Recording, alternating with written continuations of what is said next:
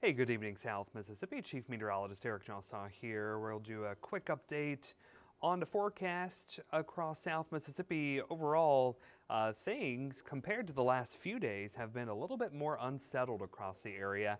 We've seen more in the way of showers and thunderstorms, and this morning we had some pretty rowdy thunderstorms, and we even had a few viewer photos sent in earlier today. Check out this photo by coast photographer Jason Taylor, one of the many talented photographers here on the coast. Took a really nice shot of this thunderstorm in Long Beach. Lots of lightning strikes and lightning bolts with that particular storm. When we see those lightning strikes touch the ground there, we call that cloud to ground lightning. But when you zoom in on the picture, you get a really good idea of how many branches there are to each little lightning strike. So definitely some rowdy storms this morning. Maybe you woke up to some rumbles of thunder. We could certainly use the rain here in South Mississippi. Things have been abnormally dry, at least for August standards on the Gulf Coast.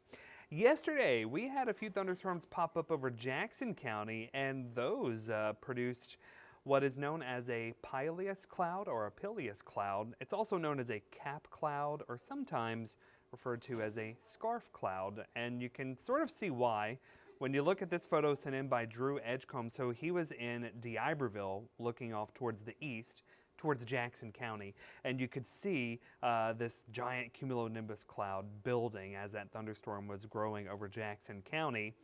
Well, as when you get a pileus cloud, it's usually what happens is as that rising air from the cumulonimbus cloud encounters a layer of thin clouds developing on top of the cumulonimbus, it kind of folds the cloud over onto the top of the cloud. So you sort of get like, it looks like a blanket or maybe a scarf or maybe a cap. And so that's where that phrase cap cloud comes from. So that was a really interesting photo sent in from Drew.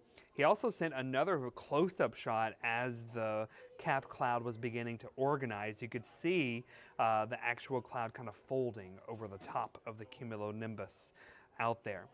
Another shot of the same storm out of Ocean Springs. This was sent in by Jacob Jones on the WLOX weather app. Again, if you're ever sending us photos, we appreciate it when you send it to us on social media or email, but really the best way to send them to us is through the WLOX weather app. That's where we get the notifications that we've got an actual photo in, and it's the easiest way for us to download and share with the rest of everyone else on the coast. But here's another example of that cap cloud, and this was visible in Ocean Springs looking off towards the east. So this morning we had some pretty rowdy storms, but if you notice, when you look at the 24-hour radar estimated rainfall, what do you notice? Well, you see most of the heavy rain fell just off the coast. That's where the heaviest storms were. There were some spotty areas that picked up a little bit more in the way of showers, especially further inland, but for the most part, today, the majority of the heavy storms fell out over the water. And looking at the radar right now, we've seen some heavier storms, even a severe thunderstorm warning earlier around Laurel, just north of Hattiesburg. That has since weakened as we see that tropical moisture continue to surge further inland. In fact, when you look at the big picture over the Gulf, there's a lot of unsettled weather off the coast of Texas, off the coast of Louisiana, and that has been persisting over the past couple of days. We've seen this upper level low that's not tropical move west over Texas, and on the east side of that, we've seen lots of moisture surging towards the Gulf Coast. It's not completely out of the question that we could see maybe an area of low pressure try to organize off the Texas and Louisiana coastline as we head towards the weekend. Right now it's dealing with some wind shear, but the wind shear may actually weaken just a little bit as we head towards the next couple of days or so. And regardless if anything tries to organize or not, it appears that the main concern will be some heavy rain, especially over southeastern Texas, southwestern Louisiana. Right now it looks like South Mississippi sort of on the edge of where the heaviest rainfall could occur over the next 24 to 72 hours, over the next 3 to 5 days or so. So here's what it looks like on Futurecast, and Futurecast is hinting at maybe just a broad, weak area of low pressure kind of meandering over the western Gulf. That could lead to some heavy rain in those locations. Of course, here in South Mississippi, we could use the additional rainfall, and we will have those opportunities. It just appears that perhaps maybe the heaviest rain will fall to our west.